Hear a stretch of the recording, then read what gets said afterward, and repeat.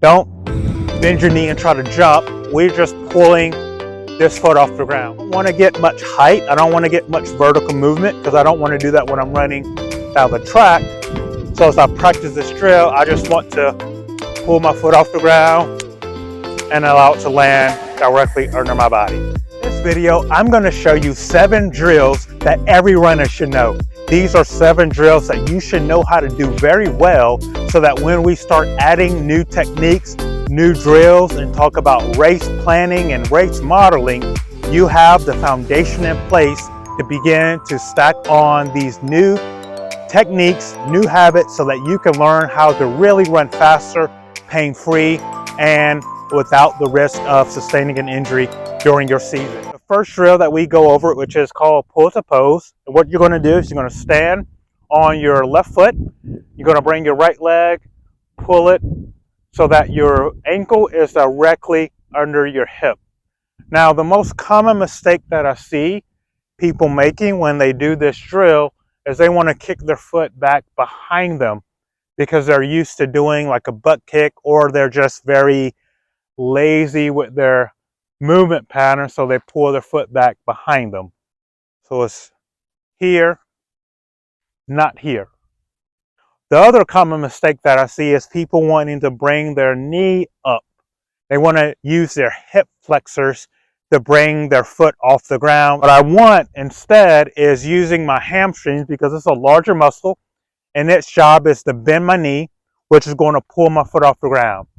So the more I can recruit this muscle, the stronger it's going to be, and the quicker I'm going to be able to pull this foot off the ground, which is going to help me run a lot faster down the track or down the road if you are a long distance runner. So again, pull the pose.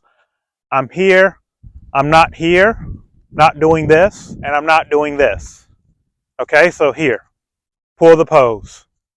After we've done the pull the pose drill, what you're going to do now is hold one foot in the air in that runner's position, and you're going to quickly switch to the opposite leg. So I'll call this a change of support drill. So what we're going to do is hold this foot up, quickly switch to the other side. Now for this one, the most common mistake that I see is people wanting to hop. So don't hop when you do this drill. So as you're practicing this, don't hop.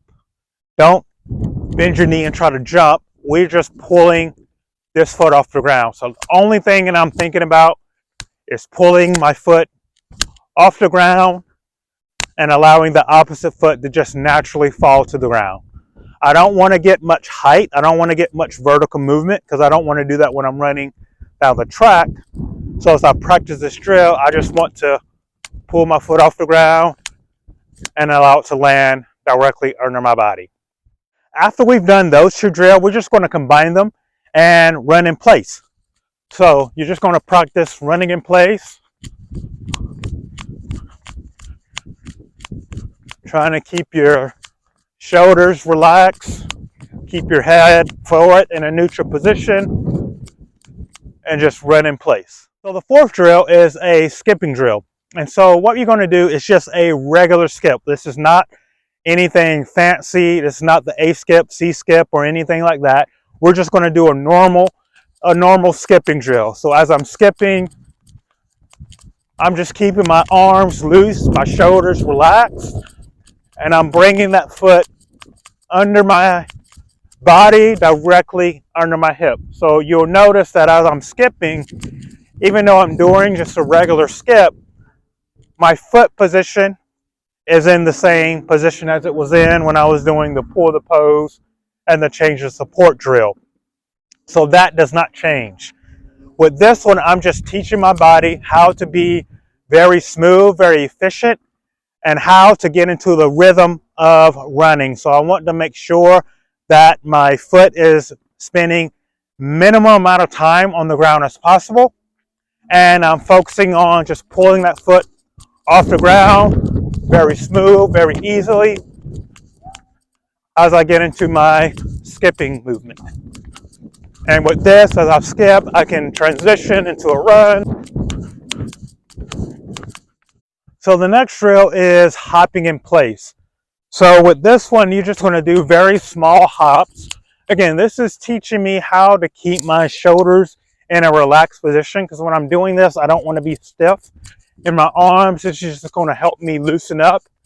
And I want to pay attention to which part of my foot is hitting the ground first. You will notice that as you're naturally just hopping in place, there's a certain part of your foot that's going to hit the ground. It's going to feel very, very natural, very smooth. It shouldn't be painful.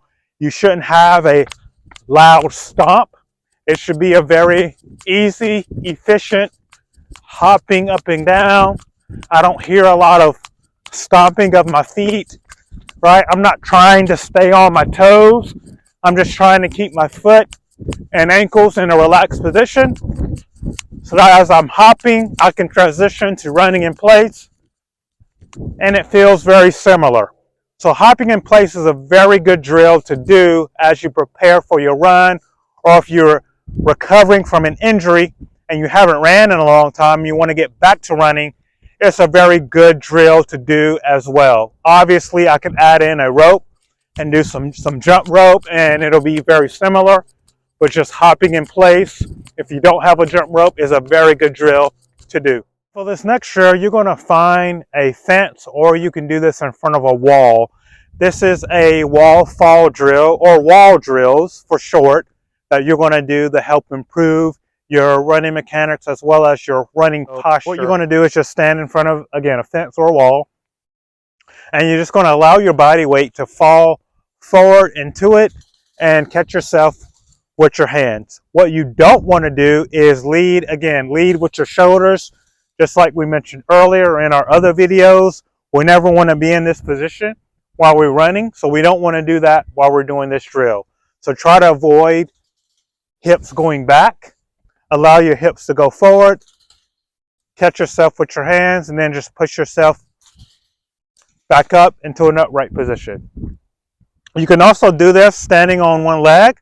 So as I stand in this runner's position, my ankle is directly under my hip. I'm going to allow my body weight to fall forward, and then I come back into the upright position.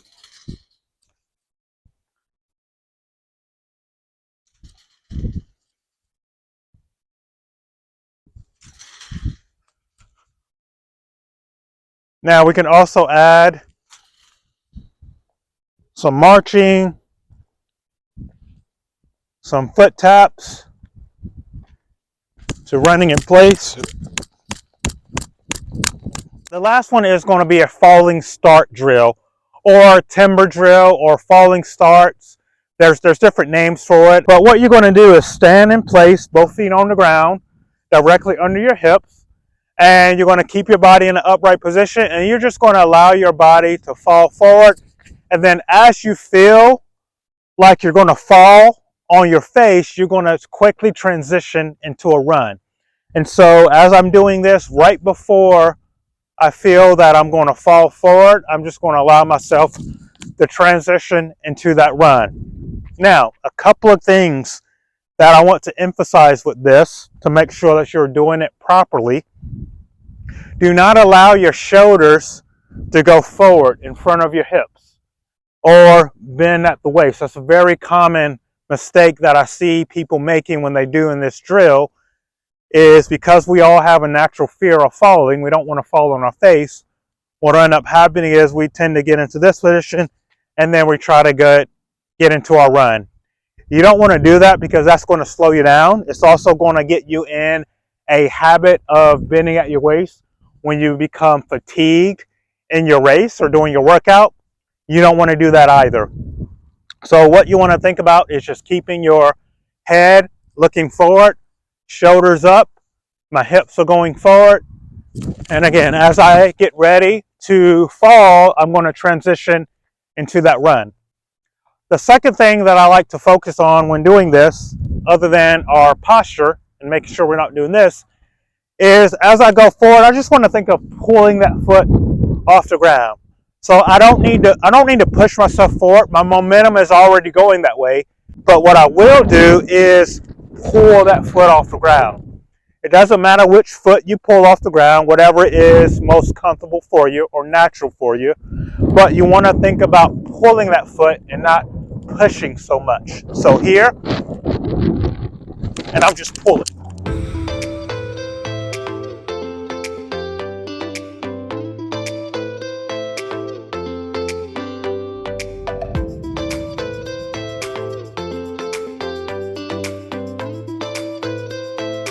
Learn more about how to run faster, run longer, and run without pain, hit that subscribe button so you don't miss any of our future videos.